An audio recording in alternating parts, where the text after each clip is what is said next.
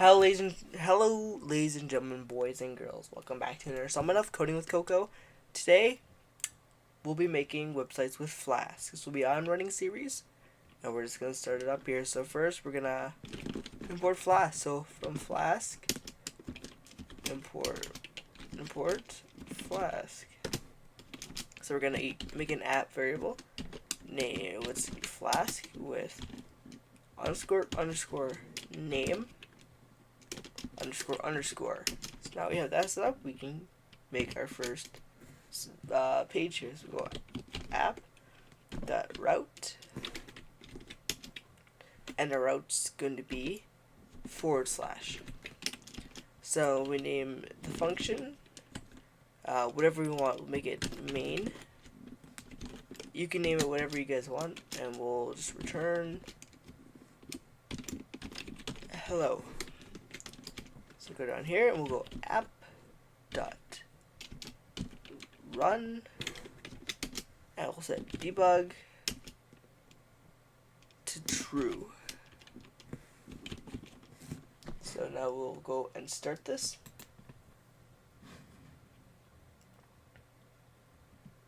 And there we go, now it's started. We'll launch it. It says hello. So by me putting on debug, I can change it while the script's running, so I don't have to end the script. So I can edit so it says this world. Don't even have to save anything and refresh it. We'll say hello world. Alright, let's get into it. That's probably not the most interesting thing in the world. So now we'll we'll do some bedazzling. So we'll go from Flask. We'll import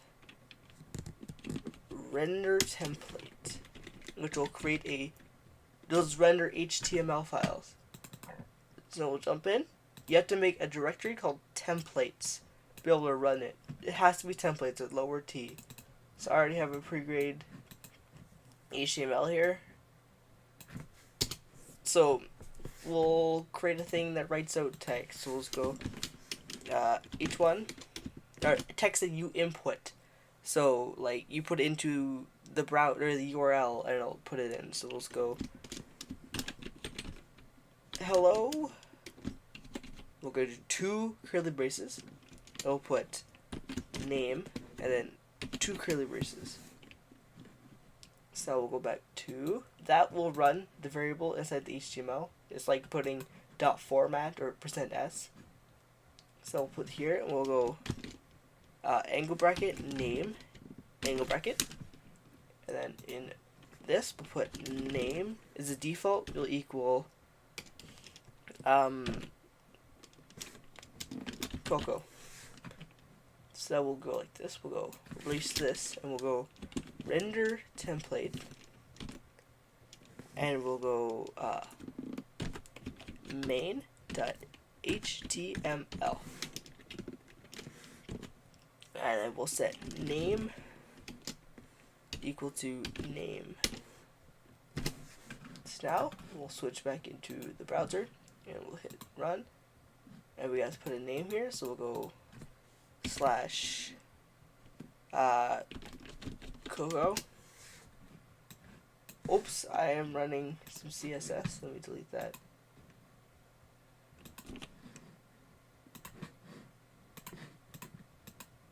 So now we have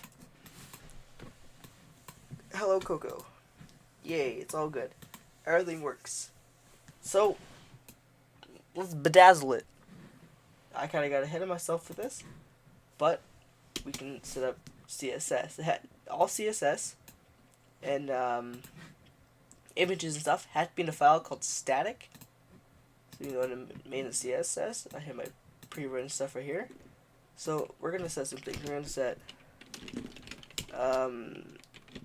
font size to 90 pixels, and then we'll go text, no, actually, no, that's good enough. And yeah, so we'll run that here. We'll go refresh. The problem with PyCharm though, or with a lot of IDEs, is that you're gonna have to either change the name or do all of your CSS in one shot. Like, I just changed the name. I'll put an S here. Refactor. No, we'll change this to red, and I'll show you. So like, now it's gonna do this. Have this running here, and we'll refresh. Oops.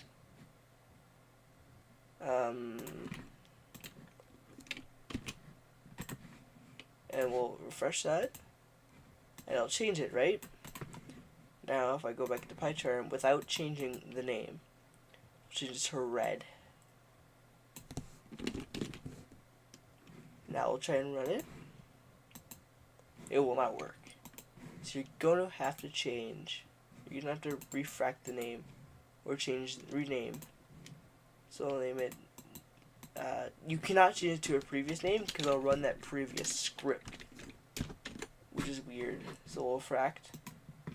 And now if I change this to an M, oops. Oh, I'm destroying everything here.